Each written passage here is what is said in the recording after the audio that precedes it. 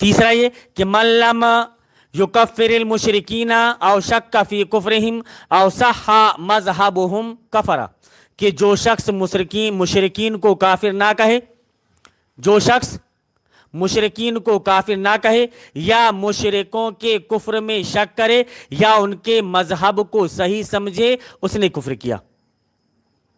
उनके मजहब को, उनके दीन को, उनके मजहब को सही समझे तो उसने क्या किया?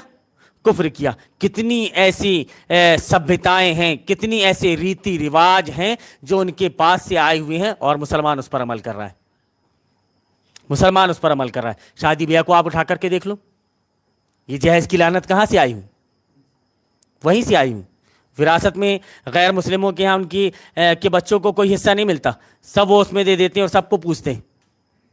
उन्होंने ये सारी चीज़ें ईजाद की और आज मुसलमानों का अमल भी वही, मुसलमानों का अमल भी वही। तो अगर आपका काम ऐसा है कि आप मुशरिक को काफिर नहीं कह रहे हैं या मुशरिकीन के कुफ्र में शक कर रहे हैं या उनके मजहब को सही समझ रहे हैं, तो ये बयान फरमा रहे हैं कि उसने कुफ्र किया। इसी तरह वो शख्स जो मुशरिकों के शिरकिया मजहब को दुरुस्त जाने या उनके कुफ्र सरकशी को अच्छा समझे, वो मुसलमानों के इजमा के मुताबिक काफिर होगा। कौन? एक मर्तबा फिर सुनिए कि इसी तरह वो शख्स जो मुशरिकों के शिरकिया मजहब को दुरुस्त जाने।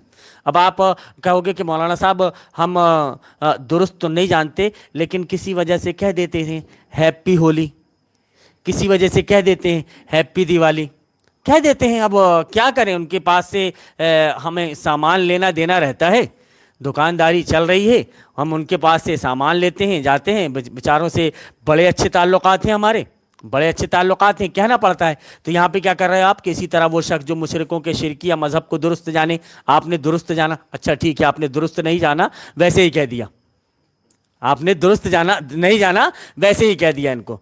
या उनके कुफ्र सरकशी को अच्छा समझे, उनके कुफ्र सरकशी को अच्छा समझे, वो मुसलमानों के इजमा के मुताबिक काफिर हो गया। क्योंकि इस्लाम की हकीकी तारीफ क्या है कि अल इस्तिस्लामु लिल्लाहि बित्तौहीदी वल इनक़ियादि लहू बित्ताअति वल बराअति मिनश शिरकी व अहलिही। क्या इसका मतलब?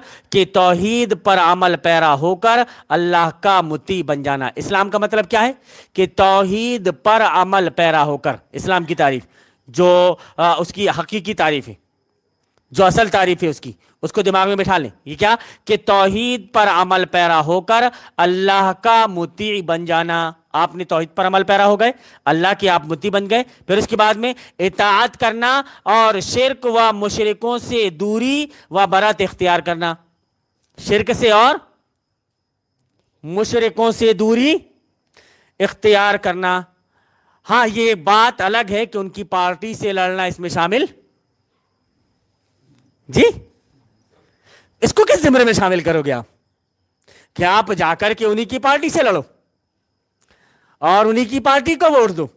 तो वोट देने का मसला यहां पर अल्लाह रब्बुल आलमीन यहां पर ये जो इसकी जो इस्लाम की जो तारीफ बयान की जा रही है उसमें कि वल बराअतु मिनश शिरकी व अहलिही, के शिरक और मुशरिकों से दूरी व बराअत इख्तियार करना। आपको ऐलान बरात करना है उनसे कि नहीं साहब आप ऐसा कर रहे हैं, मैं आपके साथ शरीक नहीं हो सकता, मैं आपका साथ नहीं दे सकता।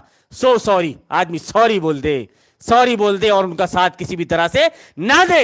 अगर वो उनका साथ दे रहा है, उनसे ऐलान बरत नहीं कर रहा है, उनसे दूरी नहीं बना रहा है, बल्कि उनसे चिपक रहा है, तो जाहिर सी बात है कि कुछ ना कुछ उसका मफाद उसमें शामिल है। लेकिन आदमी कहता है कि हम इसीलिए जा रहे थे, बड़ा मक्कार है आज का आदमी, वो जा रहा है हम इसीलिए गए थे, हमने कुरान पेश किया था साहब, उसको दावत दी थी इस्लाम की, हमने उसको कुरान पेश किया था, हमने उसको इस्लाम की दावत दी थी, तो उसने हमें अपनी पार्टी में खड़े होने की दावत दे दी। कैसे कबूल नहीं करते साहब?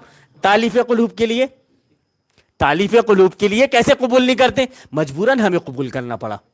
अब क्या करें, हालत इस्तिरार में इतनी तो अल्लाह रब्बुल आलमीन ने छूट दी है, तो गोया इस्लाम के माने को ही आप बदल दो, इस्लाम की जो तारीफ है वो तारीफ ही को आप बदल दो।